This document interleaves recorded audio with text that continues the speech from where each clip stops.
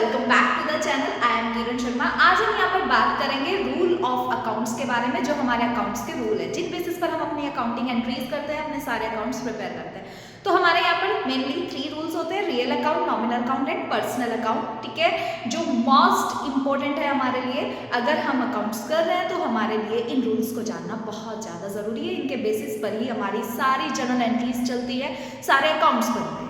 ठीक है, तो आज हम यहाँ पर सबसे पहले बात करेंगे फर्स्ट अकाउंट के बारे में, रियल अकाउंट। ठीक है, आइए समझते हैं। देखिए, जो हमारा रियल अकाउंट है वो क्या कहता है? Debit what comes in, credit what goes out. ये हमारा नॉर्मल अकाउंट है, सिंपल अकाउंट है।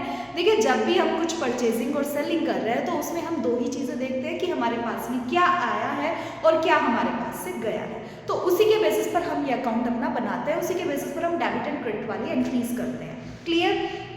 देखो, जब हम कुछ परचेजिंग कर रहे हैं या कुछ सेलिंग कर रहे हैं तो हमारे पास कुछ आएगा और कुछ जाएगा। परचेज कर रहे हैं तो जो हमने परचेज किया वो हमारे पास आएगा, डेबिट होगा, और कैश हमारे पास से जाएगा, क्रेडिट होगा।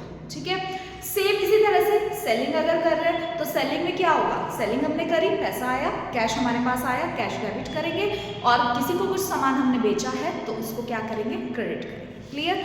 तो सबसे पहले हम परचेज वाली एंट्री देखते हैं। Ram purchase goods for cash.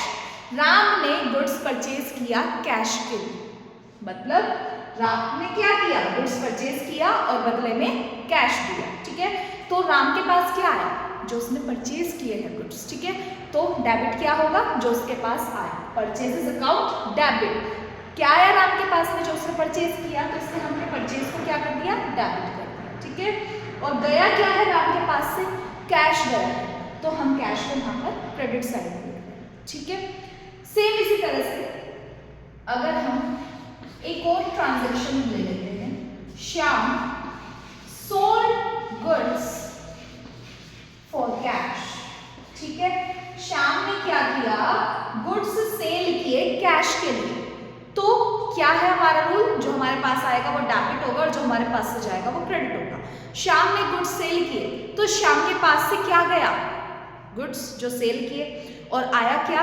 Cash. ठीक है, तो जो आया है वो डेबिट में लिखना है और जो गया है वो क्रेडिट में लिखना है। तो श्याम के पास में कैश आ रहा है, कैश को क्या करेंगे? डेबिट करेंगे। ठीक है, तो हमारी एंट्री क्या हो जाएगी यहाँ पे? Cash account debit to sales account. ठीक है, ये एंट्री हमारी हो जाएगी कि कैश हमारे पास आया है, डेबिट हो रहा है, और जो गुड्स हमारे पास से गए हैं, सेल्स हुए हैं, वो क्रेडिट हो रहा है। ठीक है, तो ये रूल आपको ध्यान रखना है। कई सारे हमारे अकाउंट हैं जो कि रियल अकाउंट के बेसिस पर बनते हैं, जैसे कि हमारा कैश अकाउंट है। कैश अकाउंट के अंदर हम रियल अकाउंट का रूल ही फॉलो करके चलते हैं। वहाँ पर जो कैश हमारे पास आता है वो डेबिट साइड में होता है, और जो कैश हमारे पास से जाता है वो क्रेडिट साइड में आता है। ठीक है, चलिए नेक्स्ट रूल हम नेक्स्ट वीडियो में शेयर करेंगे। Okay, thank you.